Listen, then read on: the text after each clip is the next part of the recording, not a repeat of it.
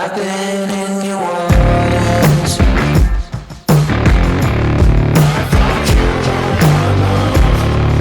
I came for sure. I've never been so close before. It's one way or the other.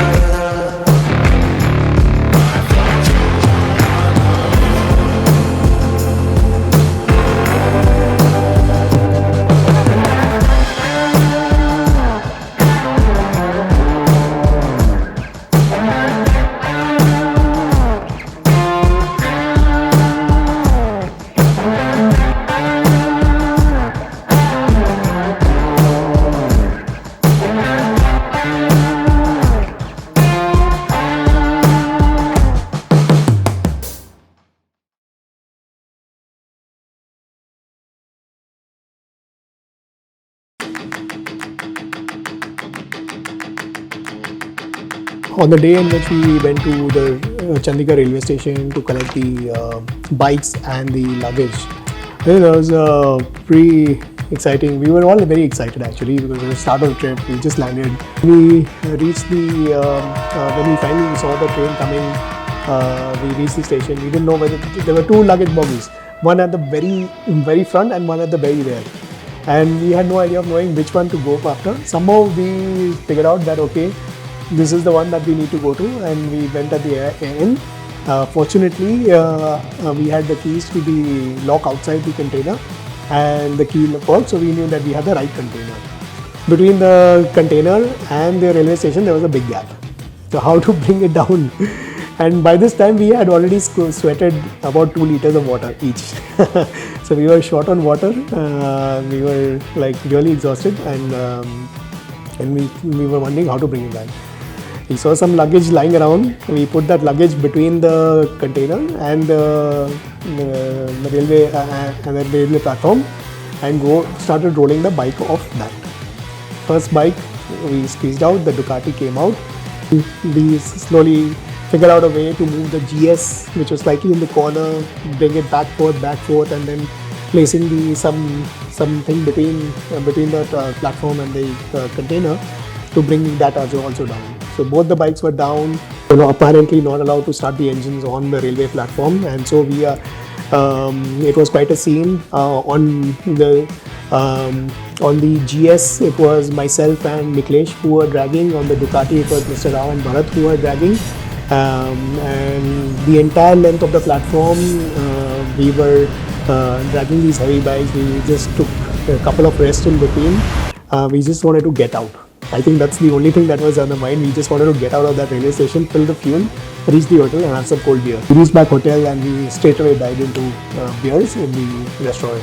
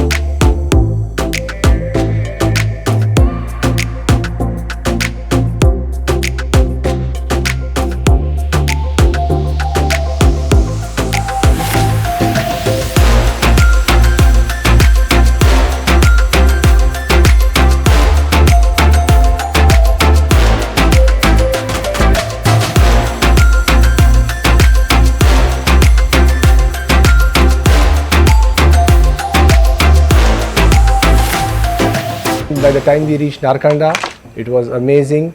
It was raining, drizzling, and since we started from Chandigarh, there was a lot of variation in temperature.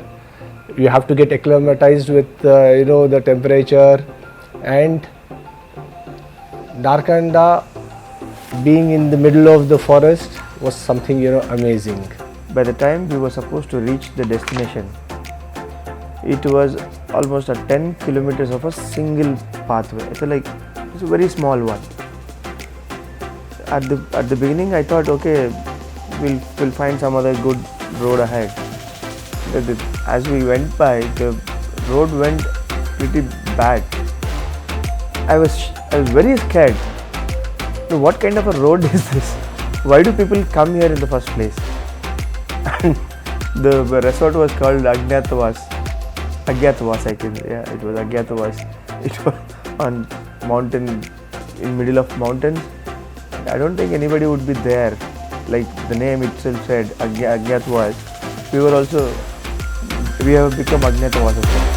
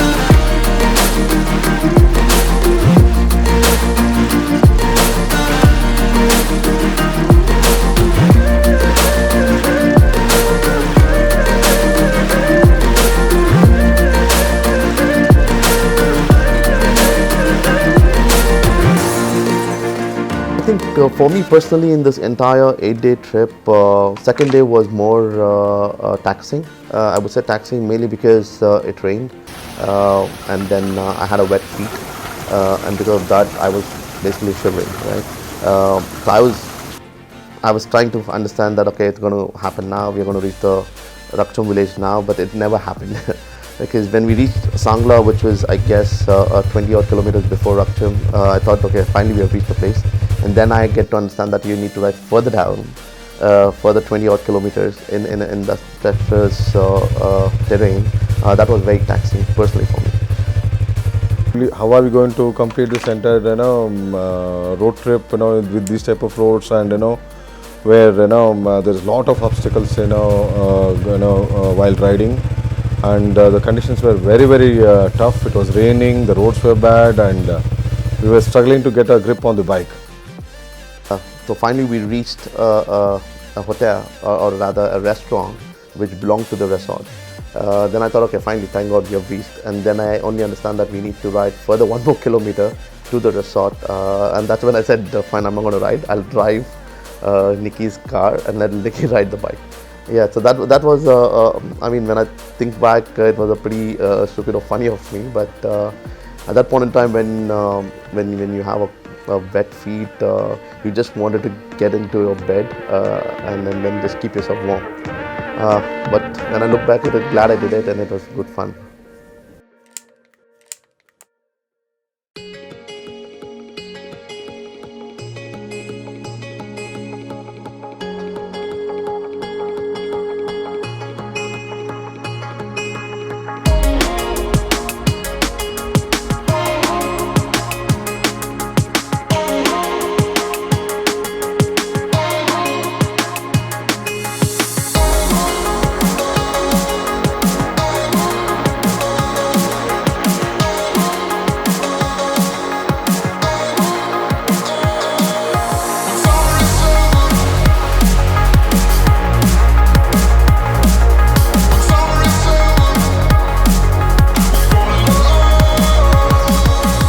It was a wonderful feeling because that was the last village in India, and we could reach there on 2 wheels. It was very difficult terrain, and we could see on everybody's faces, people were so happy to have reached there and to be there and click photos. It was an amazing feeling. The feeling was very positive. It was a nice sunny day, clear skies. We reached there with a lot of enthusiasm. Niklesh had arranged chai for us, and it was very nice morning break for us to have chai over there. It was a village which I have not seen in my life. It was the first time, and the nature, the beauty, the mountains, it really mesmerized, and the serene atmosphere which made us, made me and feel that It is spiritually calling us, saying that come visit. So that's how it was, perfectly managed and successful. Yeah, that's what I felt. And nature and the beauty of Chitkul and the surroundings, yes, all Indians has to see it. It's mesmerizing. Himalayans are mesmerizing.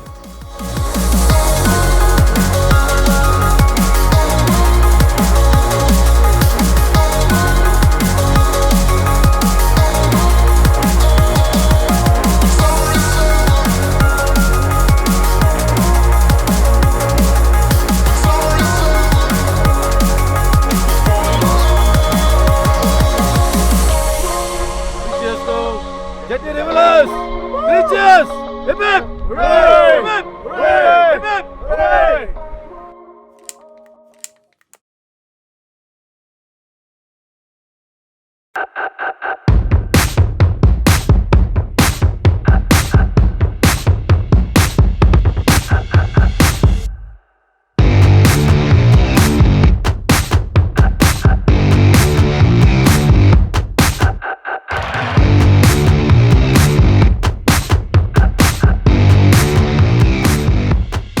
Taking us to the most scenic places and also pushing us to make sure that we reach there. Sometimes there has been times that we have reached a certain point.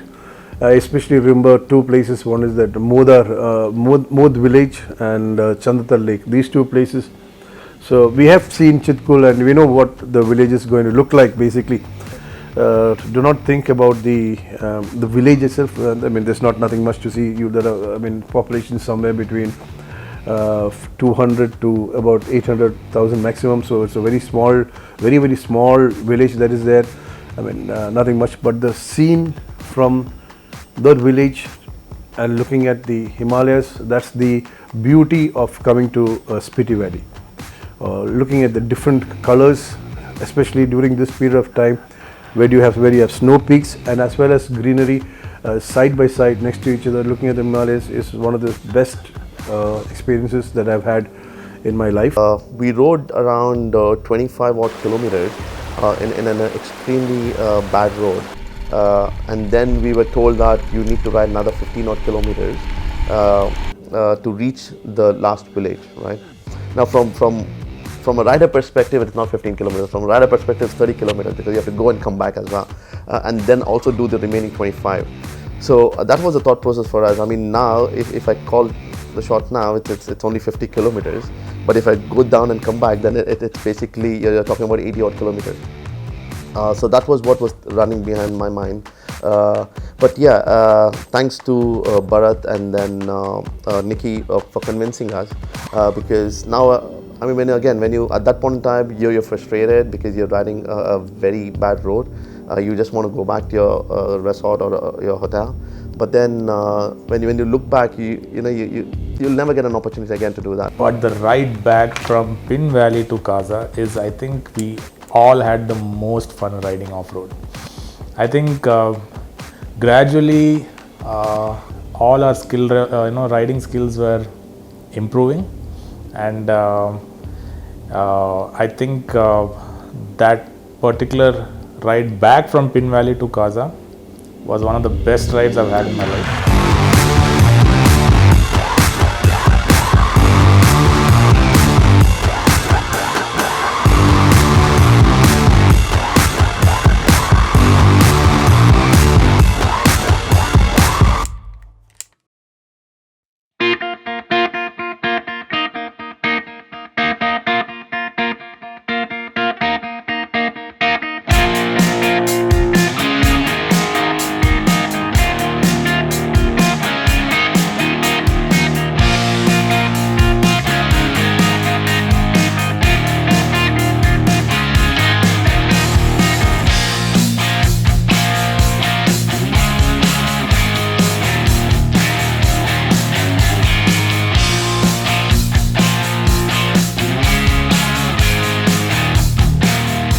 I have been optimistic with a lot of things from day one. I always believe, starting something new, giving it a shot and doing it to the best of the ability will always give you success. So that's why when Jetty Revellers came in and when I happened to hear about Mr. Rao, I felt that so things are going to be at a different level. So one thing I would suggest to all the riders is, don't consume alcohol before going to high altitudes, because definitely that makes you, your oxygen levels go low. And yeah, it was very difficult for me, because climbing the stairs in our hotel made me pant, and and it really held my breath very low. And even climbing a bike, for starting the bike, you do that ritual of climbing the bike. Then also you felt very gasping for oxygen. But yeah, to stabilize, we used to compose ourselves, sit there for 1-2 minutes, take heavy breaths, and we used to normalize our breathing. About 14,000 feet, which was about halfway to the Everest. There was a lot of tourist traffic at the highest post office, not so much at the highest village. And We understand that that's the second highest bridge in Asia, right? So again, it's a very unique landmark, and I'm extremely happy that we all did it. And then again, like I said, I'm not too sure how easy it is for everyone to come there. So I'm one of the first to reach there and experience in person. So that's mesmerizing, for me.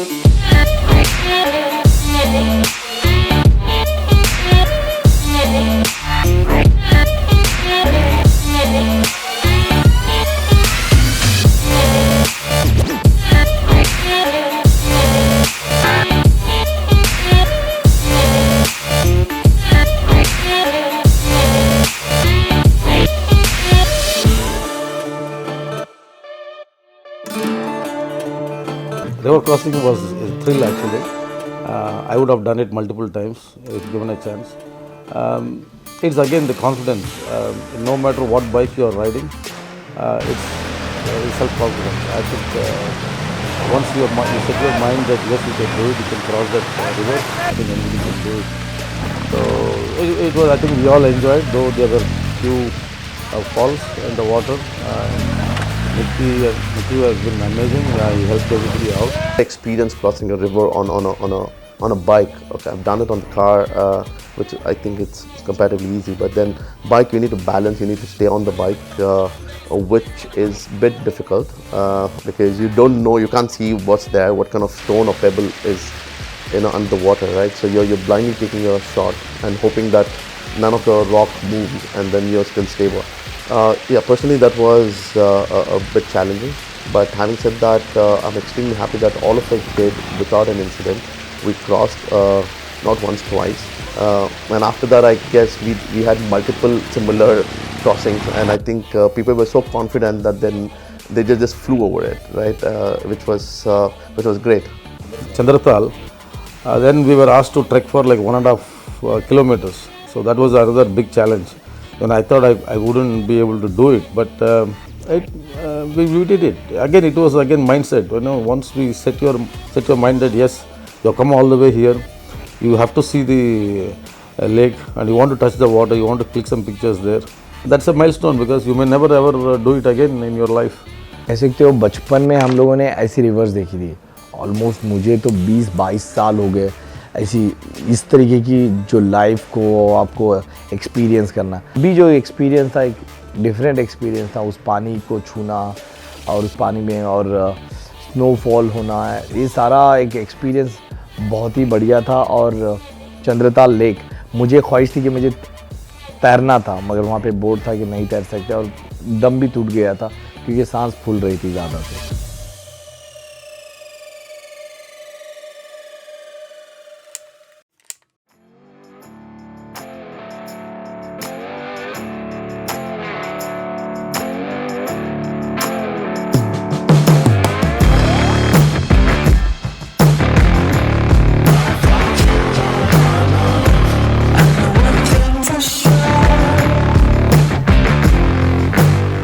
most amazing thing in that place was the sky was amazing. It was so clear sky. We could see all the stars. We could see Milky Way. We could even click pictures of Milky Way. That was amazing. I don't think I've ever done that before. It was almost more than a week of off-roading. More of off-roading than on-roading, and then the last day especially, it was a very long stretch of off-road. And off-road especially, it was full of stones and water, and you had to keep on concentrating. It was like 4 hours of very focused ride. So obviously once you hit a clean tarmac road, you get relief, feel very relieved. So I mean, you could see everyone, we were all like, yeah, we made it. Back to civilization, like, you know. Finally we made it. आज हम आज़ाद हैं, पर क्या हमने आज़ादी का मूल्य समझा? नहीं समझा। मैंने समझा और मेरे घर वालों को मैंने समझाया, इससे मैंने अपना फ़र्ज़ निभाया। आप भी जेट्टी रेवेलर्स को ज्वाइन कीजिए और क्लब में ऐड हुइए और देश की उन्नति में अपना हाथ बढ़ाइए।